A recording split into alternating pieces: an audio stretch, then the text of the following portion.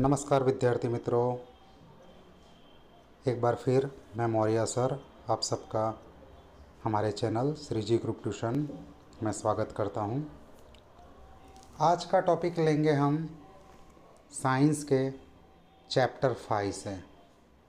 ये डायग्राम आपको दिख रहा है, ये human alimentary canal means human digestive system का है।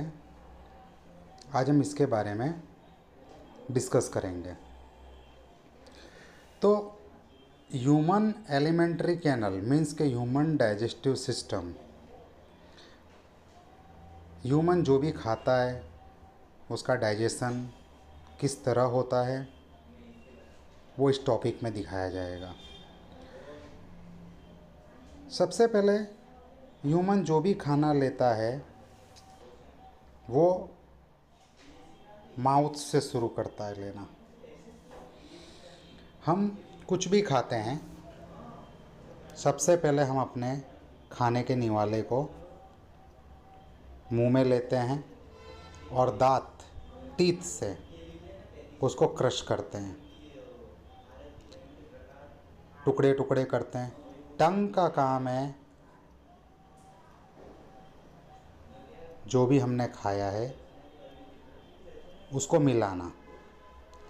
हमने नोटिस किया कि जब भी हमें कोई स्वादिष्ट चीज़ या हमको जो भी पसंद हो उसकी स्मेल आती तो हमारे मुंह में पानी आने लगता है। जो मुंह में हमारे पानी आता है वो पानी नहीं है, वो सैलिविया एंजाइम है जो सैलिवेरी ग्लैंड से प्रोड्यूस होता है। सैलिवेरी ग्लैंड, ये सैलिवेरी ग्लैंड सैलिविया प्रोड्यूस करता है। सैलिविया का काम है जो भी हमने खाना मुंह में लिया है उसमें रहे हुए स्टार्च का सिंपल शुगर में कन्वर्ट करना।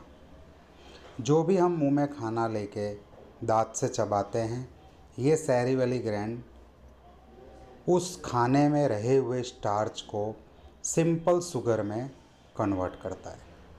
ये थी हमारे माउथ की प्रोसेस। इतना काम पूरा होने के बाद खाना मुंह से ऑफेगस के रास्ते स्टोमच में पहुंचता है। स्टोमच जो मस्कुलर बैग है, थैली जैसा मस्कुलर बैग जिसमें गैस्ट्रिक जूस होता है, ये स्टोमच के अंदर गैस्ट्रिक जूस के रूप में हाइड्रोक्लोरिक एसिड होता है जो प्रोटीन को डाइजेस्ट करने के लिए उसमें पेप्सिन और मकस बनाता है। हाइड्रोक्लोरिक एसिड इस स्टोमच को एसिडिक मीडियम में कन्वर्ट कर देता है। एसिडिक मीडियम खाने के साथ आए हुए बैक्टीरियाज या कोई भी नुकसानकारक चीज़ को ये ख़त्म कर देता है।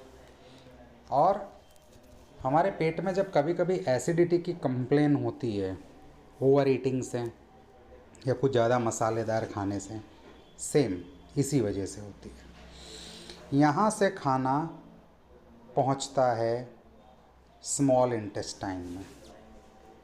स्मॉल इंटेस्टाइन जो कहने के लिए तो स्मॉल है पर ये काफ़ी लार्ज होती है, लंबी होती है। स्मॉल इंटेस्टाइन की साइज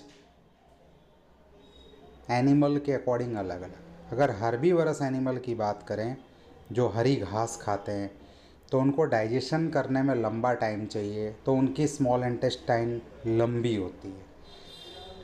कार्निवरस एनिमल की बात करें, टाइगर जैसे जो मांस खाते हैं, मीट खाते हैं, उनको डाइजेशन आराम से हो जाता है, इसलिए उनकी स्मॉल इंटेस्टाइन छोटी होती है, शॉर्टर होती है। तो हमारे इस स्मॉल इंटेस्टाइन में कार्बोहाइड्रेट, प्रोटीन और फैट का कंप्लीट डाइजेशन होता है। पेट में से जो भी फूड आया है, जो भी खाना इस स्मॉल इंटेस्टाइन में पहुंचा है वो एसिडिक है। एसिडिक क्योंकि पेट में हाइड्रोक्लोरिक एसिड बना हुआ था। तो एसिडिक मीडियम को एल्कलाइन बनाने के पेनास्थेटिक एंजाइम्स जो पैनासरियास में से प्रोड्यूस होता है। पैनासरियास में से पैनासरेटिक जूस प्रोड्यूस होता है, जो इसको alkaline, acid plus alkaline is equal to neutral, ये इसको न्यूट्रल कर देता है, जिससे हमारी पेट की जलन बंद हो जाए। यहाँ पर पैनासरियास सीक्रेट करता है पैनासरेटिक जूस, जिसमें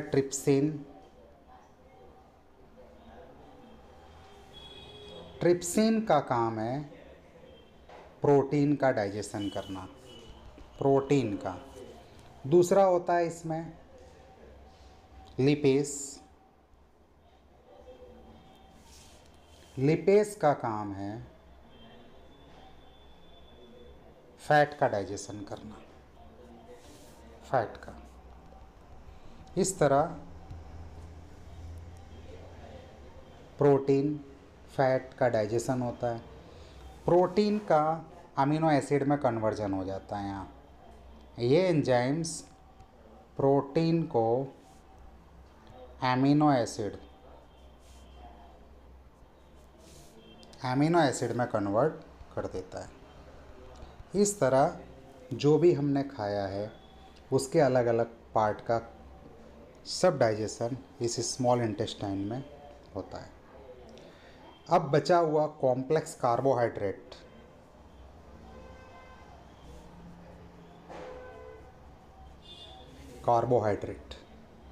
इसका ग्लूकोज में कन्वर्ट हो जाता है, ग्लूकोज में कन्वर्ट हो जाता है।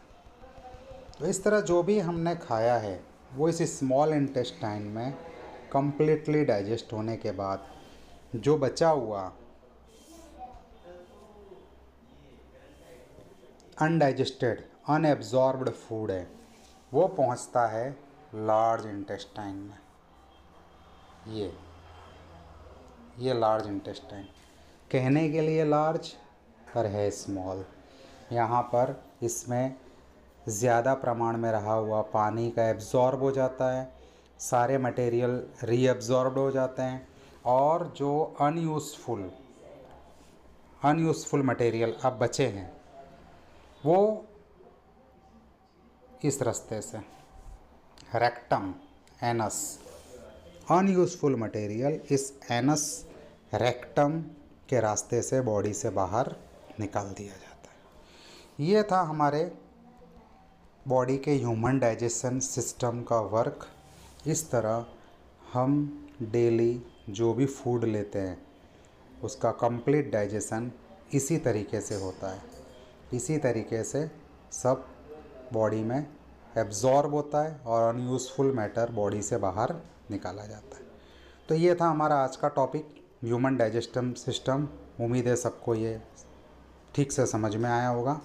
एक बार फिर नेक्स्ट टाइम मुलाकात होगी नए टॉपिक के साथ। Good bye, take care.